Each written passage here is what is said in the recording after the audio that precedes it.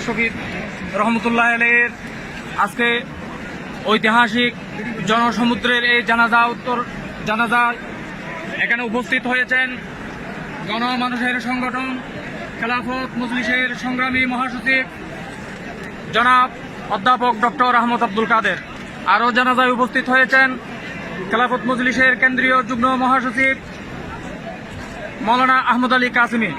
উপস্থিত হয়েছেন খেলাফত মজলিসের সংগ্রামী সহকারী সাংগঠনিক সম্পাদক মৌলানা তোফাজ্জল হোসেন মিয়াজি। উপস্থিত হয়েছেন খেলাফত মজলিসের কেন্দ্রীয় নির্বাহী পরিষদ সদস্য এবং চট্টগ্রাম মহানগরীর সভাপতি জনাব মৌলানা অধ্যাপক ASM খুরশিদ আলম। উপস্থিত হয়েছেন ঢাকা যাত্রাবাড়ি মইনুল ইসলাম মাদ্রাসার মুহতামিম শেখুল হাদিস খেলাফত মজলিসের কেন্দ্রীয় নির্বাহী পরিষদ সদস্য জনাব মৌলানা মুফতি উজাইর আমিন। আরও উপস্থিত হয়েছেন খেলাফত মজলিসের কেন্দ্রীয় নির্বাহী পরিষদ সদস্য এবং কুমিল্লা জোন সহকারী পরিচালক মৌলানা মুফতি আব্দুল হক আমিনী সহ এবং স্থানীয় নেতৃবৃন্দ উপস্থিত হয়েছেন। আপনারা দেখতে পাচ্ছেন এখানে আমাদের আজকের শেখুল ইসলাম রহমতুল্লাহ আলাইহির জানাজার মধ্যে কেন্দ্রীয় মহাসচিব উপস্থিত হয়েছেন এবং তিনি শেখুল ইসলাম আল্লামা আহমদ শফিক রহমতুল্লাহ আলাইহির 2013 সালে যখন হেফাজত ইসলামের 13 দফা ডাক দিয়ে শুরু করেছিলেন, সর্বপ্রথম ঢাকা থেকে শেখুল ইসলামের এই আহ্বানের সাড়া দিয়ে ঢাকা থেকে জাতীয় নেতৃবৃন্দের সাথে শেখুল ইসলামের কাছে এসেছিলেন এবং 13 দফার মধ্যে মৌলিকভাবে অনেক গুরুত্বপূর্ণ দফাগুলো সংযোজন বিয়োজন করেছিলেন। আজকে এই শেখুল ইসলামের জানাজায় উপস্থিত অধ্যাপক ডক্টর আহমদ আব্দুল কাদের। আমরা সরাসরি আজকে শেখুল ইসলামের এই জানাজা উত্তর এবং তার ব্যক্তিগত প্রতিক্রিয়া ব্যক্ত করার জন্য আমি সরাসরি আমাদের আজকে খেলাফত মজলিসের সংগ্রামী মহাসচিব জনাব ডক্টর আহমদ আব্দুল কাদের স্যারের সাথে সরাসরি চলে যাচ্ছি।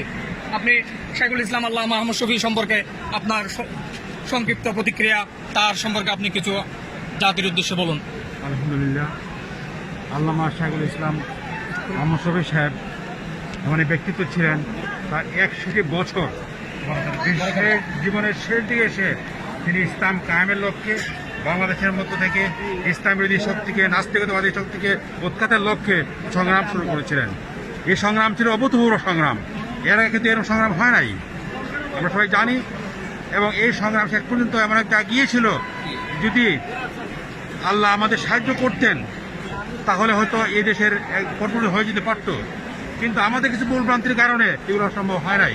যাই হোক, তারপরও তার মাধ্যমে যে জাগরণ ঘটেছিল, এই জাগরণ এখন চলছে। ইনশাআল্লাহ আমরা আশা করছি আগামী দিনে বাংলাদেশের মধ্যে ইসলাম কায়েম ইনশাআল্লাহ হবেই হবে, এবং তার মাধ্যমে মাদ্রাসা শিক্ষার যে সংস্কারিত হয়েছে, আমরা আশা করি তার মাধ্যমেও মাদ্রাসাঙ্গনে, শিক্ষাঙ্গনে একটি বিপ্লব সাধিত হবে। আল্লাহ ইনশাআল্লাহ আমরা চেষ্টা করছি, দোয়া করছি যে আল্লাহ তাকে উচ্চ মাকাম দান করেন।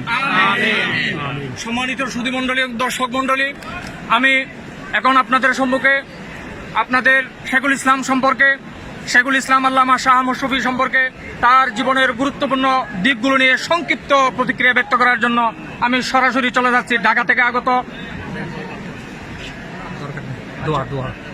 এবং দোয়া মোনাজাত পরিচালনা করার জন্য শেখুল ইসলাম সম্পর্কে একটু মুক্তসর দোয়া করার জন্য প্রতিক্রিয়া বলবো কি, শেখুল ইসলাম এদেশের কওমি অঙ্গনে কওমি মাদ্রাসার ছাত্রদেরকে সরকারের কাছ থেকে একটি সনদ এনে দিয়েছেন, যাতে তারা জীবনের সর্বক্ষেত্রে বা প্রশাসনের সর্বক্ষেত্রে তারা যাতে কাজ করতে সমর্থ হয়। শেখুল ইসলাম আমাদেরকে রাস্তা দেখিয়েছেন যে বাতিলের মোকাবেলা কিভাবে করতে হয়, এবং বাতিলের বিরুদ্ধে যখন শাপলা চত্বরে আমরা সবাই একত্রিত হয়েছিলাম, তারই নেতৃত্বে বাতিল শাহবাগ থেকে তারা পালিয়ে যেতে বাধ্য হয়েছে।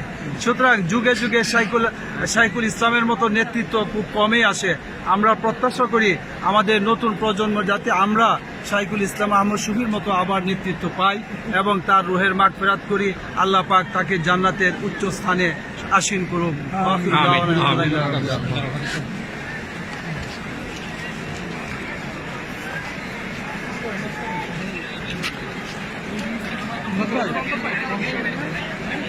একটু সামান পাড়া সামান পাড়া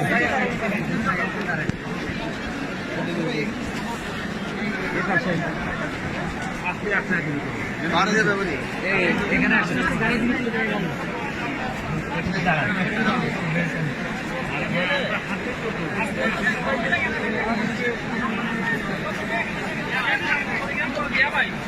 এখানে